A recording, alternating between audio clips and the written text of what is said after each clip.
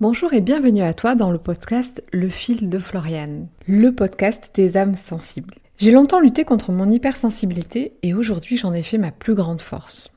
Dans ce podcast, c'est ce que je souhaite te partager, mes découvertes, ma sensibilité, que ça puisse faire écho chez toi et t'aider à avancer et à voir que cette sensibilité, c'est ton plus beau cadeau. Par contre, avant de savoir que c'est ton plus beau cadeau, elle demande d'être écoutée, d'être explorée. Plus tu chercheras à lutter contre ta sensibilité ou ton hypersensibilité, et plus elle reviendra à toi de manière à te freiner, à te bloquer, alors qu'elle n'est pas là pour ça. Et c'est tout ce que je souhaite te montrer dans ce podcast. Pour cet été, j'ai voulu faire des petites séries de podcasts où je m'inspire, où j'utilise des extraits de l'émission de radio que j'ai créée et donc que j'anime auprès de Esprit Occitanie, qui s'appelle Déchiffrez-vous. Parce que la numérologie, comme tu sais, est un outil qui m'a beaucoup aidé à mieux me comprendre, mais surtout mieux comprendre ma sensibilité. Après avoir été infirmière pendant plus de 14 ans, aujourd'hui je suis thérapeute holistique et numérologue. Ce qui m'anime, c'est de t'accompagner à mieux te connaître, à être en paix avec toi-même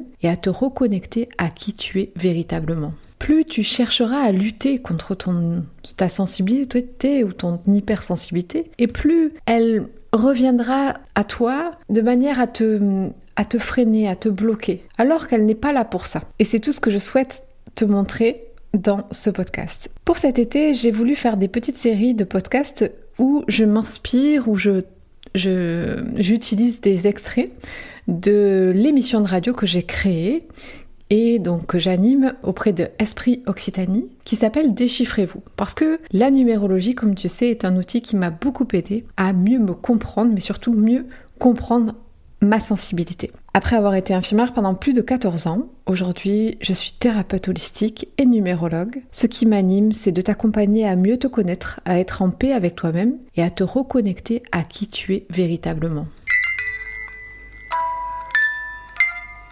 Dans l'émission d'aujourd'hui, j'aborde avec toi la thématique de la mission de vie, l'orientation professionnelle. Et si ta mission n'était pas un sommet lointain, mais un sentier semé de petits pas au quotidien? Et oui, la numérologie peut t'en dire plus sur ce pourquoi tu es fait dans ta vie professionnelle. Ça ne donne pas un métier, mais des activités qui te correspondent davantage. Alors, je te laisse écouter la suite. Allons explorer la numérologie au niveau de votre voie professionnelle. Qu'est-ce que les noms peuvent raconter sur pourquoi vous êtes fait ? Et souvent, cette question, je ne sais pas quoi faire de ma vie, ou je ne sais pas qu'est-ce que j'ai envie de faire, où il y a des personnes qui se sentent plus alignées à leur profession, et en même temps, elles ne savent pas vers quoi se diriger. Est-ce que les noms peuvent nous aider ? Alors, petit aparté, ce n'est pas de la magie, hein, la numérologie, ça donne des pistes, d'accord ? Donc, on ne va pas vous dire, vous êtes fait pour ce métier-là, ça c'est certain. Par contre, il y a un terrain dans lequel vous êtes plus prédisposé à développer certaines capacités parce que c'est votre terrain de jeu où vous serez plus à l'aise. Et n'oublions pas qu'une profession, c'est une activité qu'on occupe, mais on peut avoir plusieurs professions dans notre vie et pouvoir utiliser les mêmes qualités qu'on a au fond de nous, mais dans différentes professions. Par exemple, moi, j'étais infirmière pendant 14 ans, j'étais au contact de l'humain, ce qui m'animait, c'est être avec les autres, pouvoir contribuer. Je ne suis plus une thérapeute infirmière, mais je suis une thérapeute non conventionnée, mais c'est une suite logique à de l'accompagnement. Il peut y avoir quand même plusieurs activités dans notre vie qui utilisent nos qualités et nos potentiels. D'accord ? Donc, beaucoup de personnes se sentent perdues, désalignées. D'ailleurs, c'est un sujet qui m'a été demandé par pas mal d'auditeurs. Et donc, on me demande souvent, c'est quoi ma mission de vie ? Est-ce que je dois changer de voie ? Est-ce que je me sens pas à ma place, mais comment je peux trouver ma place ? J'ai plus de motivation, je sens que je suis plus passionnée. Quel choix je dois faire ? Comment vous pouvez m'aider avec la numérologie ? Donc, là, l'idée, j'aimais bien cette petite citation quand même de Confucius, qui dit « Choisis un travail que tu aimes et tu n'auras pas à travailler un seul jour de ta vie ». C'est Confucius qui a dit ça. Et c'est vrai que si je suis dans mon domaine de compétences, dans mes potentiels, quelque part, j'ai pas la sensation de travailler. J'utilise mes dons et ma facilité à faire certaines choses. Donc c'est là où on va pouvoir aller explorer en numérologie où sont les qualités d'une personne pour lui donner des conseils. Attention, il y a plein d'éléments à prendre en compte. Je vais vous donner une approche un peu réductrice, pareil avec les chemins de vie, qui peut donner des pistes. Mais après, il y a plein d'autres aspects qui vont venir s'ajouter à votre numérologie, parce que vous savez qu'on peut faire un thème de naissance en numérologie d'une personne, et donc on va aller voir sa date de naissance, son chemin de vie, son caractère, sa personnalité. On va assembler finalement plein de petits éléments de la personne qui va nous donner un tableau qui va montrer son unicité. Et après, c'est de ça que ça va lui permettre de se réaliser dans sa vie professionnelle, mais aussi personnelle. D'ailleurs, les qualités que nous avons, nous les utilisons au quotidien.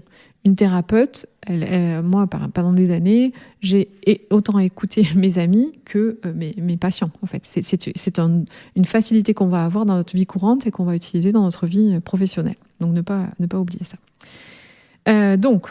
L'idée d'aller explorer, c'est quelles sont nos qualités naturelles, quels sont les secteurs où on peut s'épanouir. Attention aussi, il y a des moments de vie où la numérologie raconte qu'on a besoin d'un changement. Parce que des fois, notre âme, elle a choisi, elle a dit ok, moi je veux bien explorer ça. Et puis pendant un moment, on ne sait pas pourquoi on fait ce métier, puis tout d'un coup, on a envie d'autre chose. Et c'est ok, c'est parce que au fond de nous, notre âme a envie d'explorer une nouvelle chose. Donc parfois, souvent, c'est écrit dans votre thème de naissance en numérologie.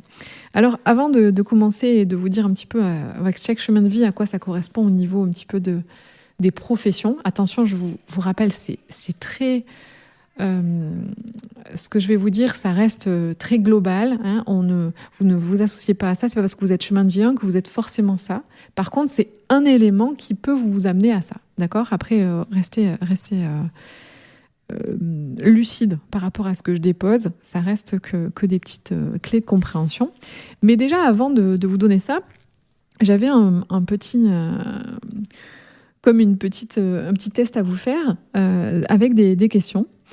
Si on faisait un petit test ensemble, c'est répondez par oui ou par non à ces affirmations et puis vous ferez un total. Et je vous dirai à peu près si vous êtes aligné ou pas en tout cas à ce que votre âme a envie de faire au niveau professionnel. La première question, c'est je sens que mon travail a du sens. Est-ce que c'est oui, est-ce que c'est non pour vous ? Est-ce que ça a du sens pour vous ?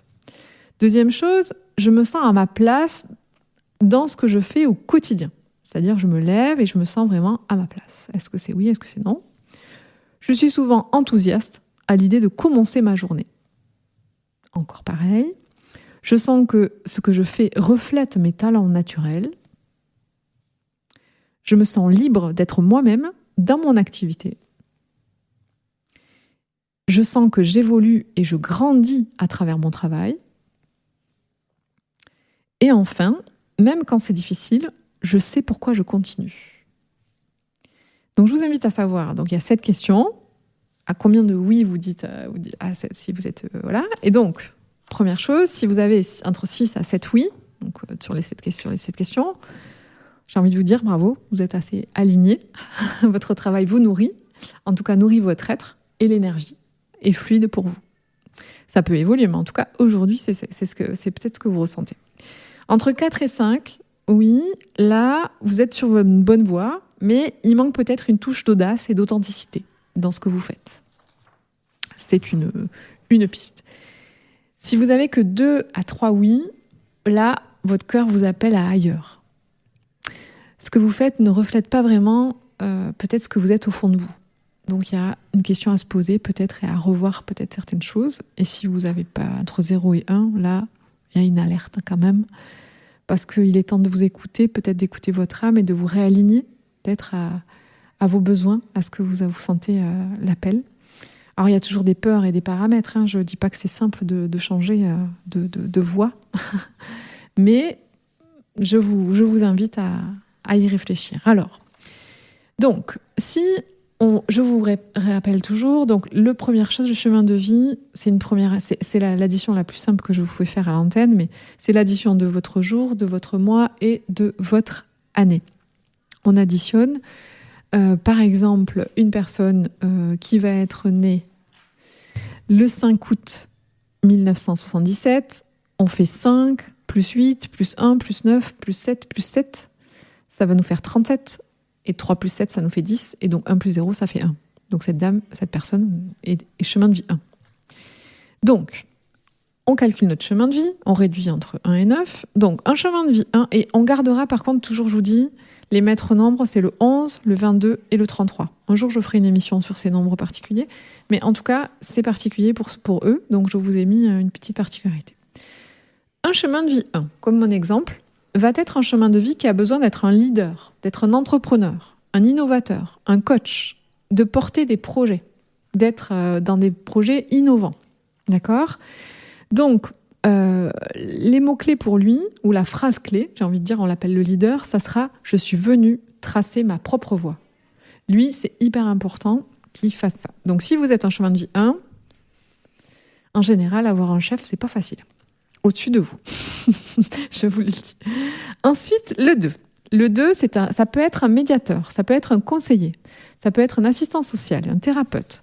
En gros, il a besoin de travailler en duo. Donc, tout ce qui est métier d'accompagnement. Il peut être assistant RH, il peut gérer les conflits. Bon, voilà, vous pouvez aller chercher plein d'autres métiers. Dans l'accompagnement et la thérapie, vous avez kiné, podologue, vous avez plein de professions. En tout cas, le chemin de vie 2, c'est le partenaire, on l'appelle. Il est venu créer du lien et coopérer avec l'autre. Ça, c'est le 2. Le 3, c'est un artiste, un communicant, un journaliste, un écrivain, un acteur, un animateur. En tout cas, il y a de la créativité, de l'expression. Il en a besoin, c'est vital. On l'appelle le communicant. Donc, je suis venue exprimer et inspirer par ma créativité. Le 3, c'est sa créativité qui va inspirer les autres. D'accord ? Voilà, donc il peut être prise de parole, voilà, comédien aussi. On a tout ce qui est lié à l'art, en fait. Le 4, chemin de vie 4, lui, il peut être organisateur, comptable, artisan, gestionnaire. Vous voyez, le 4, on a vu, c'est la structure. Donc lui, il a besoin de gérer, que ça se passe bien, voilà, que ça soit carré. Ça peut être un architecte aussi. Voilà, gestionnaire, artisan. Lui, il est venu pour construire et structurer dans la durée. Il peut être aussi dans le BTP, dans le bâtiment, par exemple, pour construire des bâtiments. Conducteur de travaux, par exemple. Ok, le 5. Le 5, lui, on l'appelle l'aventurier. Il peut être commercial, il peut être aussi journaliste parce qu'il aime le mouvement, le changement. Il va aimer être, en tout cas dans les voyages. Il pourra faire un métier dans le voyage aussi. Il peut être conférencier. En tout cas, il a des métiers qui sont un peu innovants et dans le changement. Donc voilà, il peut être influenceur aussi, puisqu'il y a de nouveaux métiers, mais il peut être dans cette idée-là. Lui, il est venu explorer, transmettre et transformer.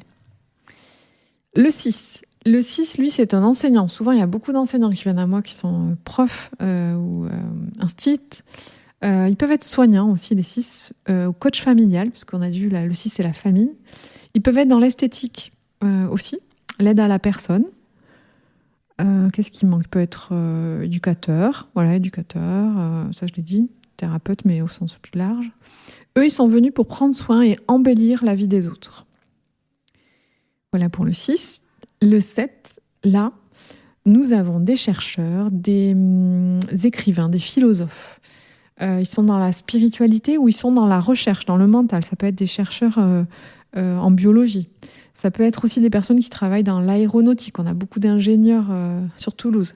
Tout ce qui est lié à Edu7, en général, les chemins du 7, ils travaillent dans la recherche et beaucoup dans l'aérospatial sur Toulouse. Ensuite, et lui, le 7, c'est quoi ? Le chercheur, il est venu pour sonder les mystères et élever les consciences. En fait, il faut vraiment vous imaginer que le 7, lui, il a besoin d'être l'expert en son domaine. Ce qui l'intéresse à lui, c'est d'être le top du top de ce qu'il fait. Donc, il va vraiment être un expert, un biologiste, enfin un chercheur. Ensuite, on a le 8. Le 8, lui, va être un manager, un chef d'entreprise, un politicien, un banquier, parce que le 8, c'est les sous aussi. Ça va être des métiers dans le pouvoir, dans l'argent, la structuration. Ils ont besoin vraiment d'amener quelque chose de concret, d'être dirigeants et ça peut être des gestionnaires du patrimoine aussi. En tout cas, ils sont venus concrétiser et impacter. Ils ont vraiment un grand pouvoir avec eux, les 8. Ensuite, on a le 9. Et le 8, on l'appelle le stratège, parce que lui, il a envie de faire grossir les choses. Donc voilà, il est plutôt dans le côté puissance. Il y a beaucoup d'hommes politiques qui ont des chemins de vie 8. Et le 9, lui, nous parle plus, on va l'appeler l'altruiste. Lui, il va être tourné vers des missions plus humanitaires. Ça peut être un artiste, mais il est engagé pour une cause. Ce qui l'anime, c'est l'humanité. Et ça peut être un enseignant spirituel, ça peut être des métiers d'aide de manière globale dans des associations. Ça peut être un psychologue aussi, il y a beaucoup de psychologues. Il peut être professeur, mais en général pas tout de suite dans sa vie, parce qu'il a besoin d'explorer plein de choses avant et il sera professeur plutôt sur le tard. Mais lui, il est venu transmettre et servir le collectif. Ce qui l'anime, c'est de donner aux autres. Et les 3 particularités du 11, du 22, du 33. Le 11, on revient sur du 2, donc on n'oublie pas, il est quand même fait pour être dans le métier d'accompagnement, mais il va avoir un côté plus visionnaire, il va avoir un côté messager, il inspire les autres. Il peut être un artiste intuitif ou un enseignant, un mentor. Un 22, c'est toujours un 4, donc il aime l'organisation, il aime transmettre, bâtir, mais lui, il va bâtir pour les autres, donc ça va être un architecte de grands projets collectifs. Lui, il va être par exemple urbaniste, il va être à la tête d'un gros groupe, par exemple de BTP, pour amener les choses à grandir, et souvent avec un désir de respecter quand même l'humanité, de faire des missions qui sont ambitieuses mais qui respectent l'humain et qui font construire et aider les autres à grandir en fait. Et le 33, on a beaucoup de mentors, de coachs qui sont 33, qui eux viennent être des maîtres. Souvent ils ont fait des livres, ils font des conférences, ils sont conférenciers. Ils ont besoin de transmettre à un grand nombre en fait. Le 6 de 33, il a vraiment un message à faire passer à un grand nombre. Donc c'est un enseignant vraiment un peu de lumière. Il vient éclairer dans tous les domaines. C'est pas forcément que spirituel. Ça peut être par exemple, ça peut être. Alors je prends un exemple, tiens, un sportif. Antoine Dupont, il est 33. Donc, il est jeune encore, mais il vient amener quelque chose de différent au sport. Et un regard, un enseignement sur sa posture, sa manière dont il vibre le sport. Et puis peut-être plus tard, il sera peut-être coach, on verra. Mais il fera peut-être des bouquins, ou voilà. Mais en tout cas, c'est cette idée-là. Voilà pour les orientations professionnelles en fonction de la numérologie. Donc, l'orientation professionnelle n'est pas vraiment un simple choix de métier, c'est vraiment un acte d'amour envers ce que notre âme est faite, en fait. C'est vraiment comme ça qu'il faut le percevoir. Et ça reste réducteur ce que je viens de vous dire, mais on va voir avec 2 auditeurs qu'est-ce que ça raconte sur eux et comment on peut le mettre en pratique.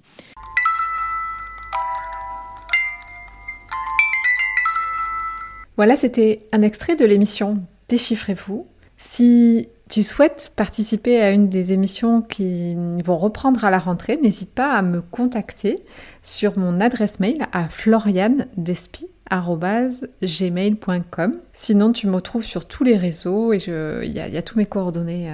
Je ne cesserai de répéter, bien sûr, que la numérologie est un outil de connaissance de soi, c'est pas un outil de prédiction, c'est un outil qui nous permet de mieux se comprendre, mieux se connaître. Et si toi aussi tu es hypersensible, tu es souvent submergé par tes émotions, tu as du mal à poser des limites, à trouver ta place, à t'écouter vraiment, et que tu as tendance à avoir une baisse de ton estime, j'ai à cœur de t'accompagner à mieux comprendre, à aller vers cette reconnexion de toi-même et surtout t'aider à te libérer de ces blocages pour exprimer pleinement ton potentiel. J'ai créé un programme d'accompagnement qui s'appelle la fleur de soi. Ce n'est pas une méthode miracle, c'est un chemin d'éclosion, une reconnexion à toi-même, à ton corps, à tes ressentis, à ton âme. Mon intention n'est pas de réparer, mais bien de révéler la fleur unique que tu es. Je suis une thérapeute qui sème des graines et toi, tu apprends à t'aimer et ton âme agit. Je crois profondément que notre hypersensibilité est un véritable trésor. Nous n'avons pas besoin de rentrer dans un moule. L'essentiel est d'arriver à s'aimer tel que nous sommes. Je te dis à très bientôt sur le podcast Le fil de Floriane.